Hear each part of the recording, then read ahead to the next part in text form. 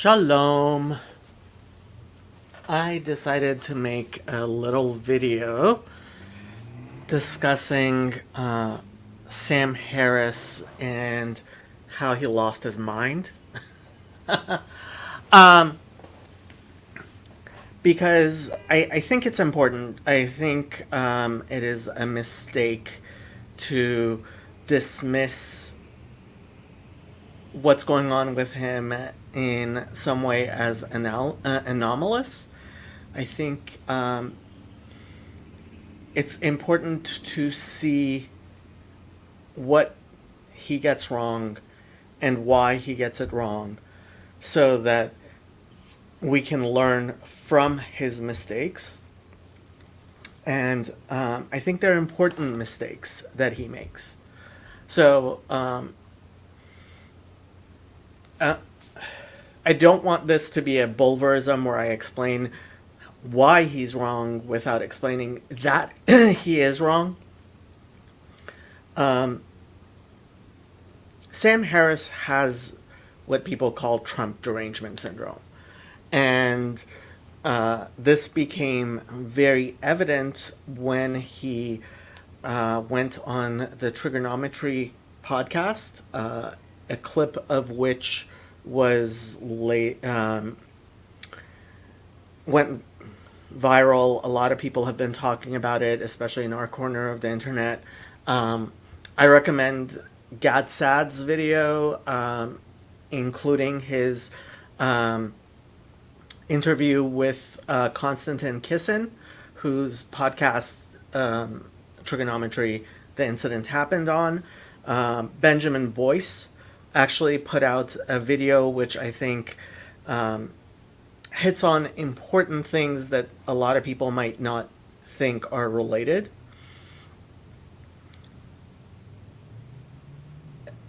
Sam Harris's behavior toward Donald Trump is obviously irrational to somebody who is viewing it from a distance.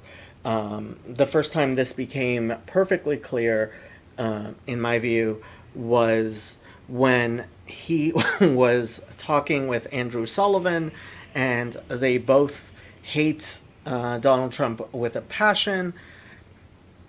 And what he said was that he finds Trump even more reprehensible in some ways than people like Osama bin Laden and Adolf Hitler, and he actually used those names because they he's lazy, and at least these were people who got things done. So he was talking about like how perfectly designed to be a bad person Donald Trump is. And let's assume that the facts are in fact correct, that Donald Trump is this perfect evil, and that it is rational for Sam Harris to have this type of hatred for Donald Trump. This was before the election, and it was a podcast in which Sam Harris could have hoped to affect the results of the election. There are lots of people who listen to him, and depending on what he said, a lot of people did pay attention to these remarks. And I think there is no question that when you start comparing Donald Trump to Osama bin Laden and Adolf Hitler, you are only risking downside. You are, as far as your own credibility and your ability to, in fact, affect the conversation. What made it I think so obvious, and the reason that the clips went viral was that he was justifying what he himself termed as an inexcusable conspiracy by Twitter and the New York Times to suppress the Hunter Biden laptop story, including by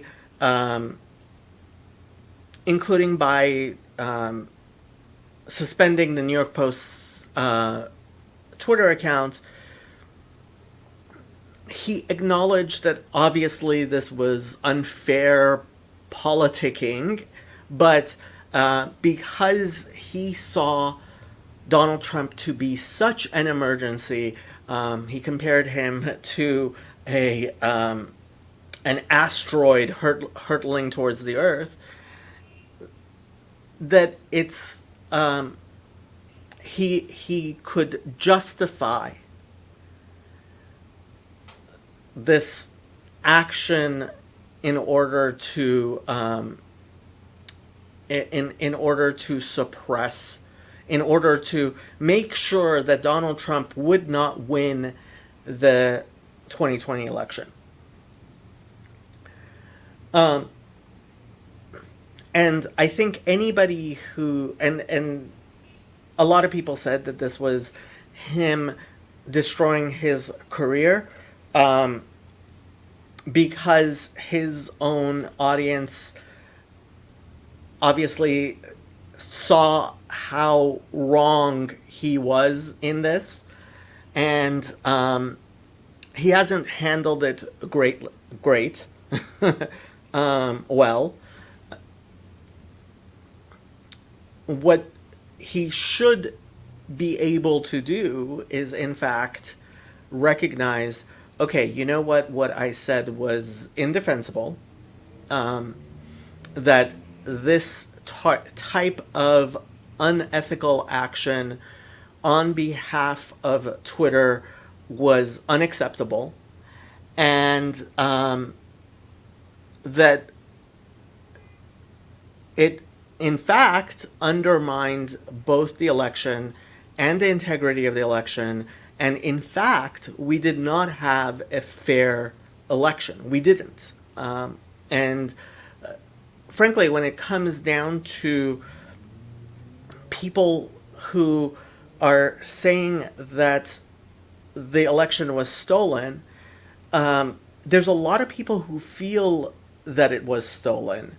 They don't know why necessarily. They can't express it in ways that are very coherent or convincing, and certainly nothing that would stand up in court. And they know that the real reason why they believe the election was stolen is, in fact, not something that you could take to court and defend and have the election overturned. What happened was that there was meddling, obvious meddling, by the establishment, including the Republican establishment, to make sure that Donald Trump would lose the election. And I think anybody who is being honest recognizes that, in fact, a lot of people were censored. I personally was censored, and I'm not exactly the biggest Donald Trump fan in the world. I think when you take a look at what happened to Brett Weinstein and his Unity 2020 campaign, that's obvious censorship. And you are not going to censor and bully people before an election and then have them after the election, especially if it was a close election, feel like it was a fair and free election. And their behavior the behavior that led up to the election and the results that we had, I thought it was very clear to a lot of people what was going on. And that's why I kept on saying I hope whatever happens in the election, it's a landslide, because I knew that if it was close, it would be a disaster, and it was a disaster, and January 6th was a disaster, and all this stuff is horrible. And hopefully, in our corner of the internet, we can have an actual discussion that is intelligent and honest and nuanced about what happened. Unfortunately, it seems that the entire country is not able to have a serious discussion. This is not being processed as it needs to be, just as the 2016 election was not processed as it needs to be, and the 20 the midterms this year, I don't know how they're going to be processed. I don't know what's going to happen, where we are walking towards an election and the results are going to, I really don't know what's going to happen. And then 2024 is going to be upon us much more quickly than I think a lot of people realize. And that is also going to be a consequential election. And it seems that the Democrats have again decided that they want Donald Trump to be the Republican candidate, and are in fact assuring that happens with their behavior. The raid on Mar-a-Lago honestly seems designed to make sure that Donald Trump will in fact be the Republican candidate. And to some extent, I think that's because the Democrats think that is their best bet.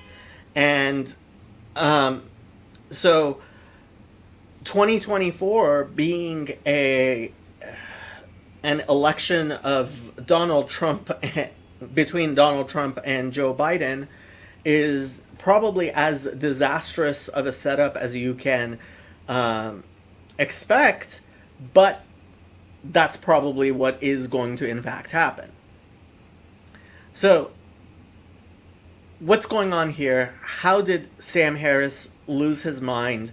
What is the Trump Derangement Syndrome that he is suffering from? This is not anomalous. This isn't a blip. This is something important. There's a reason why I have been listening to the conversations around what happened with Sam Harris, and why I think this corner of the internet needs to not allow it to fall out of the news cycle as something inconsequential. We need to actually analyze it, think about it, see what is happening here. And so I think part of the problem here is, in fact, distributed cognition. And the problem is not that Sam Harris has poor distributed cognition. He actually has a very stable distributed cognition network. He has one that has served him well in life, that continues to serve him well, and that's what you see in his faith in the institutions.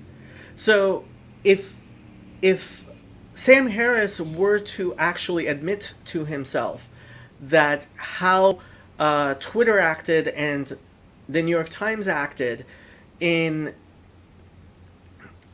dealing with the Hunter Biden story, in dealing with Trump, this Trump Sam Harris is, in fact, outsourcing large amounts of his cognition.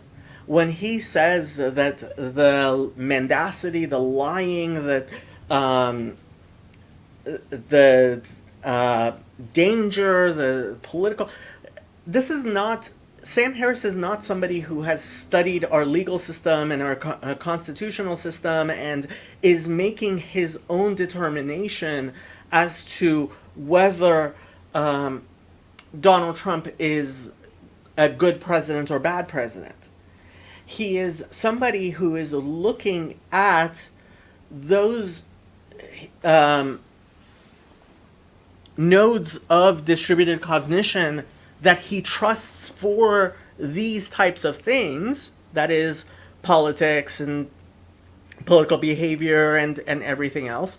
And he is seeing Donald Trump being identified as a huge danger. And part of the problem is that Sam Harris is just smart enough that he trusts his own analysis of what he has distributed to his cognition network, right? And this is what happens to us when we are still blue-pilled, is we have a strong cognitive network and we only pay attention to the parts of it and re-examine the parts of it which we turn our attention to. And what we think is important, and everything else we take for granted based on our distributed cognition. You cannot think for yourself. A human being does not, all of your thoughts are not contained within your own skull. You learn in community with others, and you have far more facts that you take for granted than things which you actually pay attention to and think about and analyze.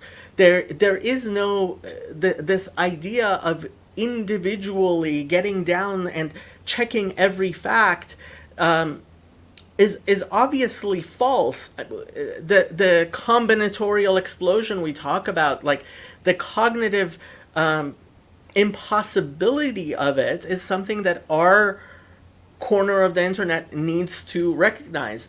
And part of what we need to recognize is that actually Sam Harris isn't that smart.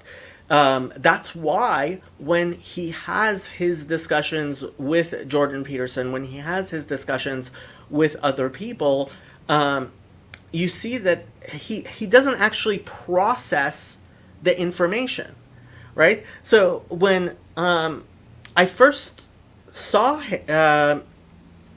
his debate with Jordan Peterson, I went and looked up his background to see if he had any training in philosophy or political science or anything. I figured, he has a PhD in neuroscience.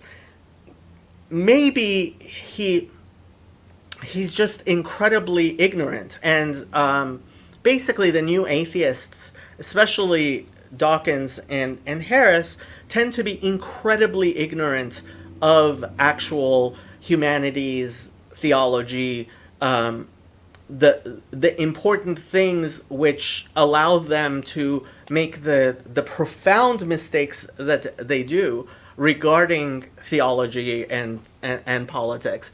I would say the same thing of Noam Chomsky, and to some extent I actually think this is true of Brett Weinstein and Eric Weinstein, although I don't think they have it as bad.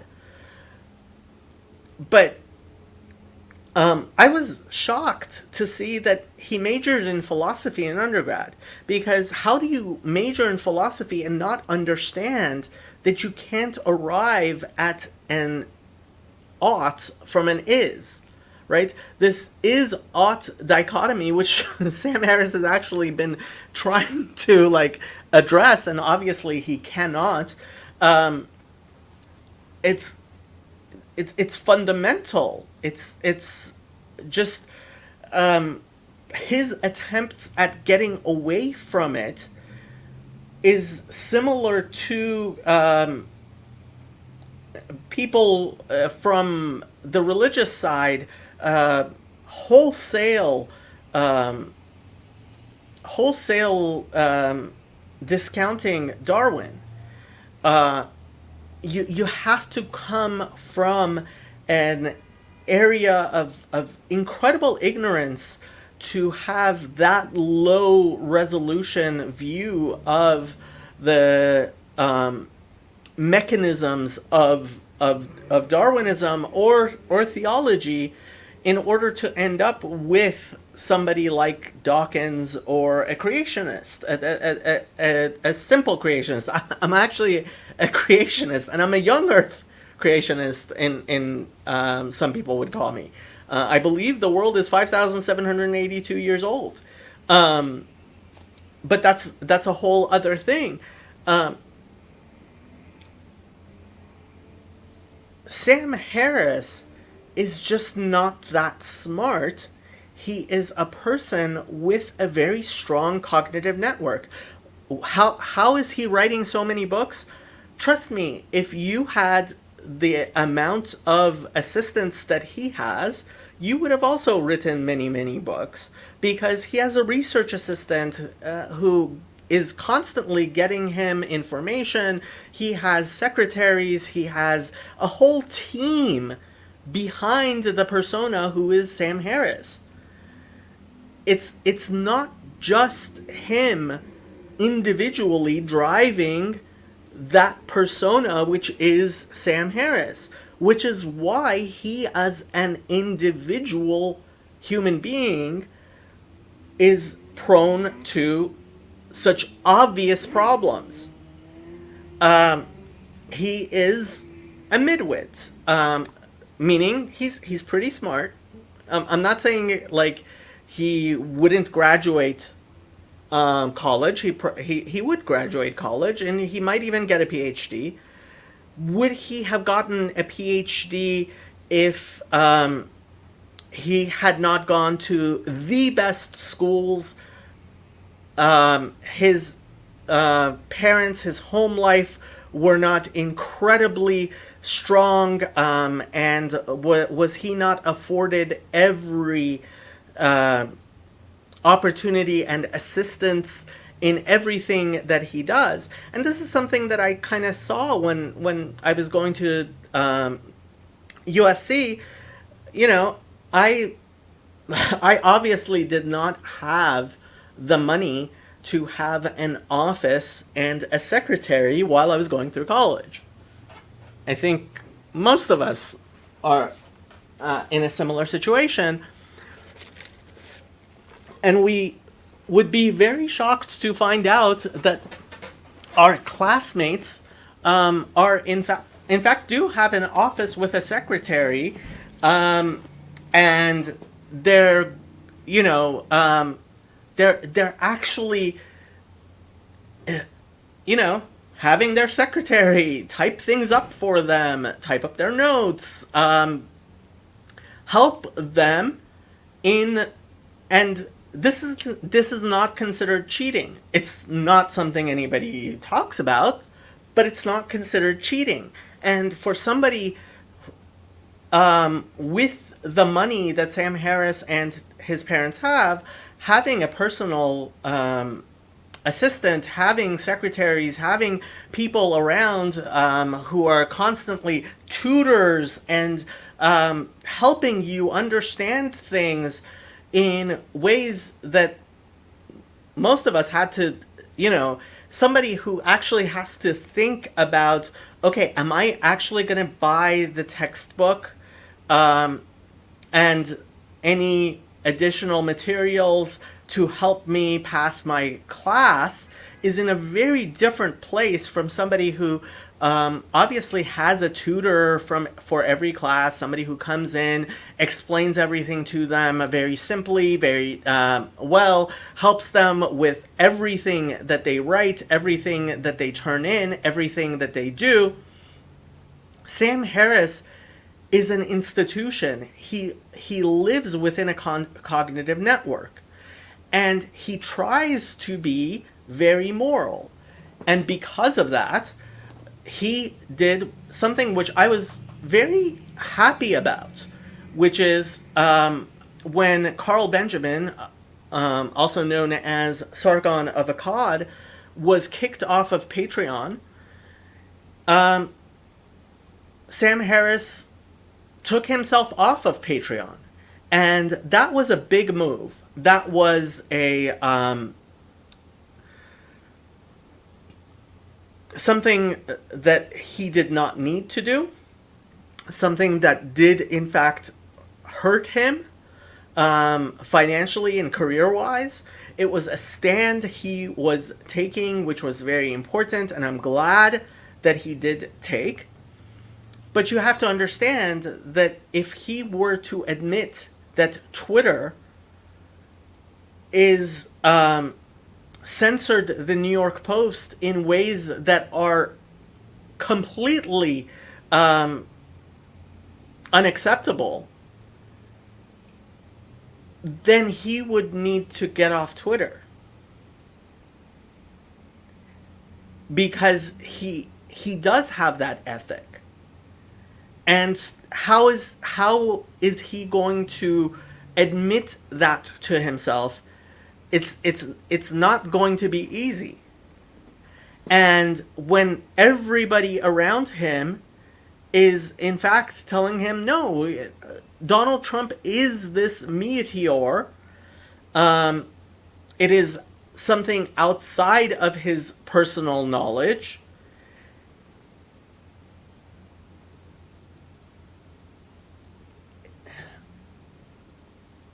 this is what you're going to end up getting. And in order to avoid the trap that Sam Harris is in, you have to actually recognize and be red-pilled enough to realize that the New York Times and Twitter and the entire sense-making apparatus of our society has in fact lost its mind. And that's what happens to people like Dave Rubin and Jordan Peterson, actually, and Tim Pool, and they become red-pilled, right? What is that red-pilling? It's the recognition that Bret Weinstein should have had but did not have, that when he saw that Unity 2020 was being censored by Twitter, he should have recognized that his only option in that situation is in fact to completely put his lot in with the other side, to join the other team, like Jordan Peterson has done. And it's necessary for us, if we are going to be serious, and this corner of the internet is going to be serious, for us to actually be red-pilled. And that's not because I want the Republican Party to win. It's not out of a sense of partisanship. It's out of a recognition that we are in a situation where our distributed cognition has been so corrupted. When the New York Times has been so corrupted, when Twitter has become so corrupted that it is doing things which are completely, manifestly, obviously unacceptable, Bret Weinstein should have realized, okay, this is when I need to, in fact, endorse Donald Trump and work to defeat these people. And he couldn't bring himself to do it. And Sam Harris can't bring himself to do it. And part of that is actually their atheism. It is, in fact, their atheism. One thing that Sam Harris said in that I think it was that interview, but that hasn't gotten enough attention, is that he sees a value in meditation that he thinks the Western tradition in its theology and religion lost. And as an evolutionary scientist, he should in fact understand what's wrong with what he's saying. The West didn't lose meditation. We gained prayer. We gained worship. And worship and prayer are in fact superior to meditation. Very much superior.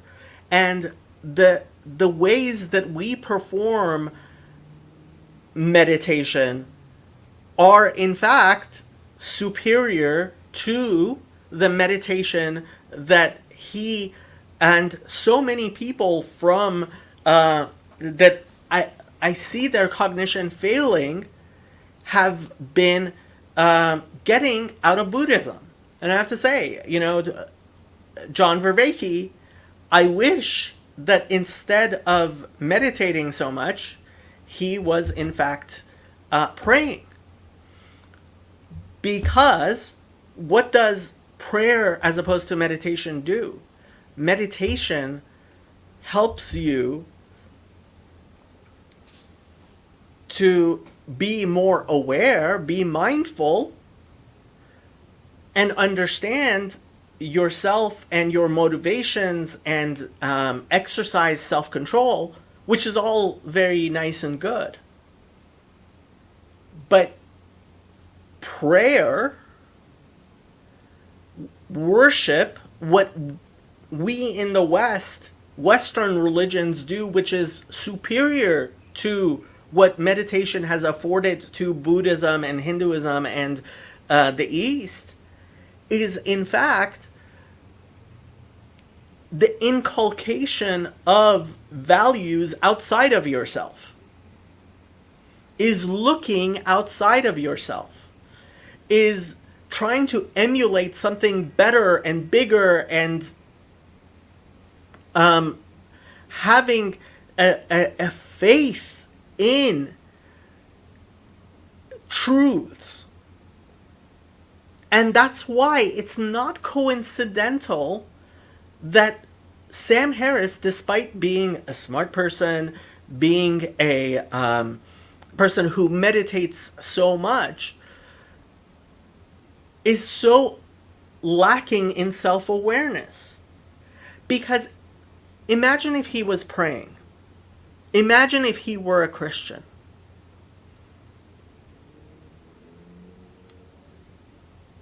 He would have recognized that Donald Trump is in fact a source of hate in his heart. And he would have been told to love his enemies. And and I have to say, while I think the Christian conception of loving your enemies takes things a bit too far, it's not like it's completely out of nowhere. I should have probably looked this up before, but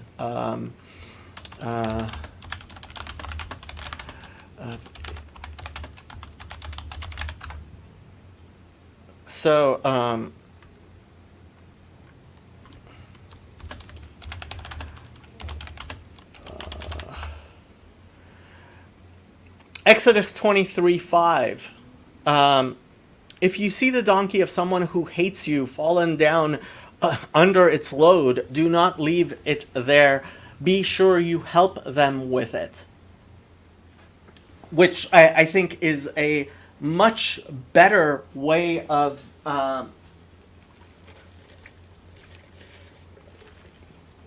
understanding loving your enemies. It's actually a Jewish way of understanding loving your enemies, and even and especially the way that Hasidic philosophy and the Baal Shem Tov explain that verse.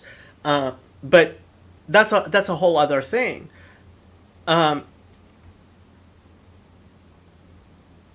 Being able to undergo the spiritual practices of the West as opposed to just this transcendental meditation, this staying within yourself.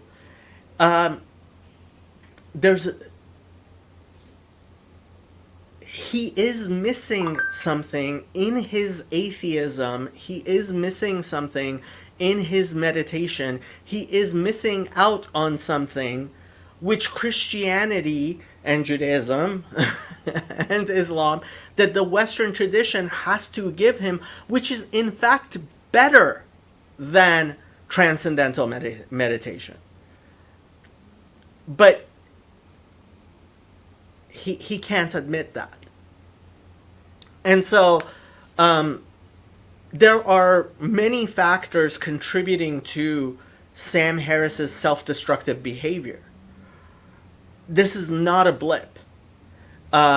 Seeing how certain parts of our society have been incapable of dealing with COVID. And again, look at what Ian McGilchrist said in 2009 about the imbalance of a left brain dominated society and its treatment of illnesses. You see the atheists, you see Claire Lehman, Antonio brings up Bart Ehrman. Atheism doesn't work. It just doesn't. Brett Weinstein says atheism is a defensible position, new atheism is not. And I used to quote him on that and say atheism is a defensible position. But I think increasingly a thinking person has to recognize that atheism is not a defensible position. It really is not. Whether you believe in Spinoza's God or you believe in an agentic God, whether you are a deist or you are an actual theist, right? I certainly am a theist. I believe in an agentic God. I think Spinoza's God is in fact deficient. But that's the baseline position of rationality. And so all of this is contributing to the downfall, maybe, of Sam Harris. Unfortunately, I don't actually think it is going to be his downfall. He has been losing favor in this corner of the internet, which I'm kind of happy about. I do think that he is a source of bad cognition, and which is why I am so critical of him. I don't think that he deserves to be an intellectual luminary in our environment.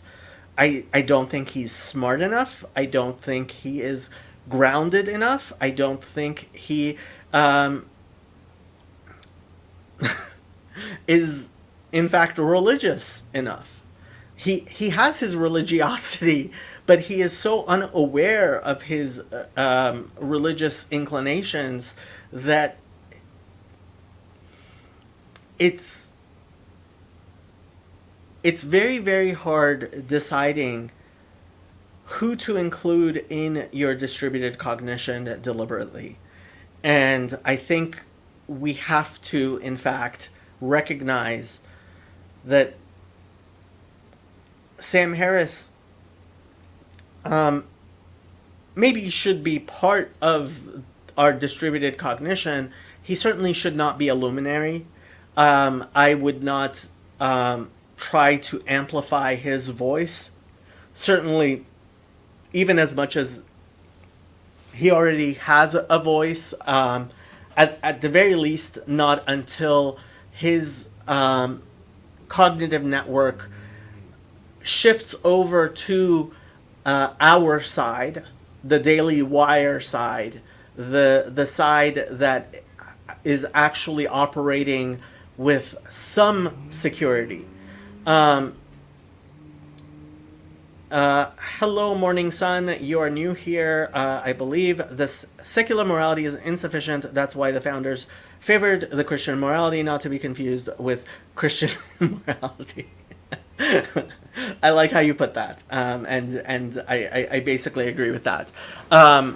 Secularism is something which can only exist in a Judeo-Christian framework. I think secularity is in fact an outgrowth of Judeo-Christian morality, and I do think it is fundamentally grounded in Judaism, and then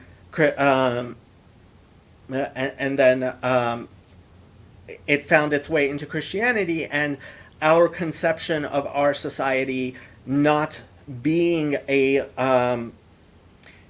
founded on Christianity is a mistake, fundamental mistake. I do have a Bible study starting in less than half an hour, so I am not going to stick around to discuss this much more. Antonio says, I think the final conclusion of atheism is the ends justify the means, a desperate fixation on outcome over action. I think you're hitting pretty close to it. If you are an atheist, then you have no faith that doing the right thing will in fact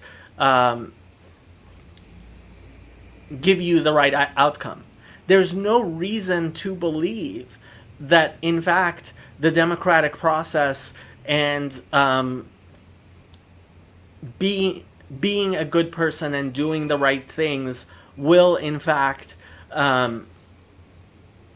result in the optimal good. There's no reason to have faith in that. And so it becomes impossible. Anyway, please like and subscribe. Comment below. Continue the conversation. I think it's very important that we don't allow this to just be a blip, that this does help inform us in how we distribute our cognition, how we form our community, because that's the primary project here. The primary project is in fact secured distributed cognition, and this is an object lesson in that. Look forward to your comments below, and please like and subscribe. Bye.